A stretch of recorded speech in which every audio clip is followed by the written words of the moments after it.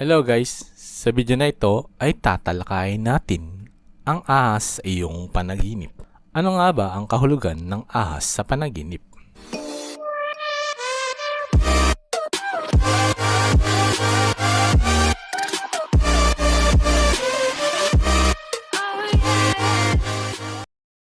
Ang panaginip ng isang tao ay nangyayari pag siya ay natutulog. Kung minsan naman kapag lumilipad ang utak sa umaga o yung tinatawag na daydreaming. Minsan pag ikaw ay gutom at pagod. Kapag naman ang isang tao ay nananaginip sa gabi, ang mga panaginip na nararanasan nito, kadalasan ay naiintindihan at kung minsan ay naikukwento mo pa nga ito sa ilang mga kaibigan. May pagkakataon naman na sobrang weird at hindi maintindihan. Sinasabi na sa isang tulog sa gabi, ikaw ay nananaginip ng 10 beses o 10 kwento. Pero madalas na 2 hanggat 4 lamang ang naaalala natin. Karamihan na sa atin, ang mga napapanaginipan ng isang tao ay mula sa kanyang mga nakaraang buhay o sa kanyang buhay na hinaharap. Katulad na lamang sa mga nagpapasayang bagay mula sa mga nakakatakot na pangyayari na tumanim na mismo sa kanyang pag-iisip. Kasama na din ang iba't ibang pangyayari na gusto mong mangyari para sa iyong hinaharap o pangarap. Kung minsan naman ay nangyayari na ngunit dahil sa labis na nararamdaman ng taong ito. Ang pangyayari na ito ay nadadala niya kahit sa kanyang panaginip. Kadalasan ay hinahanapan ng ilang mga tao ang kahulugan ng bawat panaginip na kanilang nararanasan. Ngunit paano kung ikaw ay nanaginip ng ahas? Madalas ang ahas ay kinatatakutang panaginip. Kaya naman alamin natin ang kahulugan nito. So guys, simulan na natin. Ang una ay kung ikaw ay kinagat ng ahas. Higit na nakakaalarma ang tungkol sa ahas na ito ay nakita mo at ikaw ay kinagat nito. Sinasabing kinagat ng ahas sa panaginip ay pinaniniwalaan na ito ay isang babala o panawagan o paalaala tungkol sa paraan ng ating pamumuhay. Babala sa mga panaginip na maaaring dumating kung ikaw ay hindi mag-iingat. Mga panawagan na mayroong hamon sa kanyang hinaharap sa emosyonal na hindi pa niya nahanapan ng solusyon. Isang paalaala na siya ay maging maingat sa kanyang kapaligiran. Para sa ilang mga panaginip na kinagat ng ahas ay tinuturing na isang bangungot. Dahil kadalasan ng tao ay nananaginip ito ay nagigising na mayroong pangamba at pagkatakot. Dahil sa katangian ng ahas na pagiging smart o tuso, sinasabing ang mga ganitong uri ng panaginip ay nangangahulugan ng napipigilan ang kakayahan ng nananaginip na magdesisyon na pumili sa aspeto ng relasyon. Maaari din itong simbolo sa mahigpit na pagtanggi sa tukso at mga sitwasyon na humahamon naman sa paniniwala sa prinsipyo ng nananaginip. Ang kahulugan ng panaginip na kinagat ng ahas sa kamay.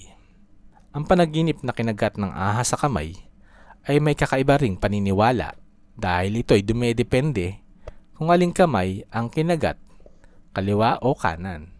Sapagkat kadalasan ng kaliwang kamay ay mahina sa dalawang kamay, maliban na lamang sa mga tao na kaliwete. Ang kagat sa kaliwang kamay ay mayroong kinalaman sa kahinaan o kakulangan ng kakayahan. Ito rin ay sumisimbolo sa pagkatakot sa pagpili o di kaya naman ang nananaginip ay madaling masaktan. Posibleng ang tao na ito ay mayroong kakayahan na gawin ang mga mahalagang bagay na nakalipas. Ngunit ang kanyang angking kakayahan ay dahan-dahang humihina o unti-unti itong nawawala sa paglipas ng panahon. Maaari din itong nangangahulugan ang tao na nananaginip ay nalantad sa mga bagay na kanyang kinatatakutan at nakakaramdam na siya ay walang kakayahan na ipagtanggol ang kanyang sarili. Gayunpaman ang panaginip naman na kinagat sa kanang kamay ay maaaring nangangahulugan ng palatandaan o babala sa mga desisyon kung ano ang gagawin. Ang nananaginip ay naharap sa paggawa ng desisyon kung saan hindi lamang ang kanyang kapakanan ang nakataya, kundi ang nakararami. Maaaring kinabukasan ng pamilya o desisyon, financial na mayroong malawakang epekto. Ito'y pwedeng ituring na babala upang pag-isipang mabuti ang mga gagawing desisyon at nararapat na ikaw ay huwag magpadalos-dalos sa paghakbang. Posible ring tingnan ng malaking pagbabago na pinagdaraanan ng nananaginip kung kaya siya ay nananaginip ng ganito. Ang kahulugan ng nananaginip ng maraming ahas. Ang pananaginip ng maraming ahas ay maraming kahulugan dahil ito ay dumedepende sa kanyang reaksyon at nararamdaman ng nananaginip. Maaari itong nangangahulugan na mayroong bukas na bagong pintuan sa buhay, katulad ng hanap buhay, trabaho o pagkakataon upang palago ang angking kakayahan. Maaari din itong isang panawagan na maging mas malawak ang pananaw at maging bukas sa pagbabago at makasabay at maranasan ang mga bagong oportunidad na darating. Minsan ito ay isang hamon upang pawiin ang takot at humakbang ng mas malayo dahil sa hakbang pala na yun, mararanasan ang hinihintay na kagalingan, kapayapaan o kaligayahan. Kung ang maraming ahas naman sa panaginip ay natagpuan sa kwarto o sa mga pribadong lugar sa buhay, maaari itong panawagan sa iyo upang pagtuunan ng pansin ang privacy at ang personal na kapakanan. Maaari na masyado nang napuno ng alalahanin sa mga bagay ang nananaginip at mayroong mga bagay sa kanyang buhay na kailangan niyang muling itama upang maging kalakasan din para sa iba. Ang kahulugan ng ahas na puti at itim. Dahil nga ang itim ay kulay ng madilim, ito'y kumakatawan sa mga bagay na hindi hayag at negatibo. Ang panaginip ng itim na ahas ay maaaring nangangahulugan ng kalungkutan o depresyon na kasalukuyang pinagdadaanan ng nananaginip nito na kinakailangang gawa ng aksyon. Gayunpaman, ito rin ay sumisimbolo sa isang pagbabago na nagaganap sa buhay. Maaari ito na hindi kaaya-aya ngunit mahalaga. At ang kahulugan naman ng ahas na puti ay sumisimbolo ng kalinisan ng puso. Kadalasan ay sumisimbolo ng kalinisan ng puso, kadalisayan at mabuting intensyon o hangarin. Ito'y mayroong mensahe ng panibagong simula ng kapayapaan at kapanatagan. Ang pananaginip ng ahas ay may napakalawak na kahulugan at interpretasyon.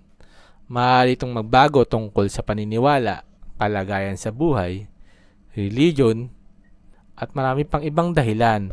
Ang pinakamalaga sa lahat ay maging mapanuri sa lahat ng bagay at bawat interpretasyon.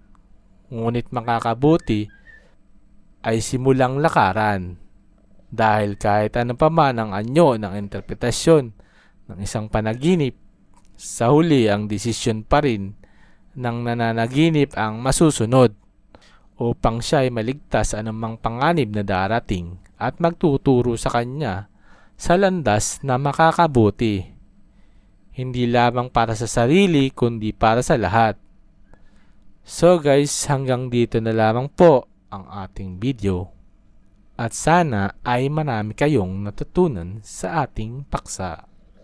At kung bago ka pa lang dito sa aking channel ay mag-subscribe ka na. Pakihit na rin ang bell para lagi kang updated sa aking bagong upload video. Like at share para sa kaalaman ng iba. Thanks for watching. God bless, ingat, and goodbye.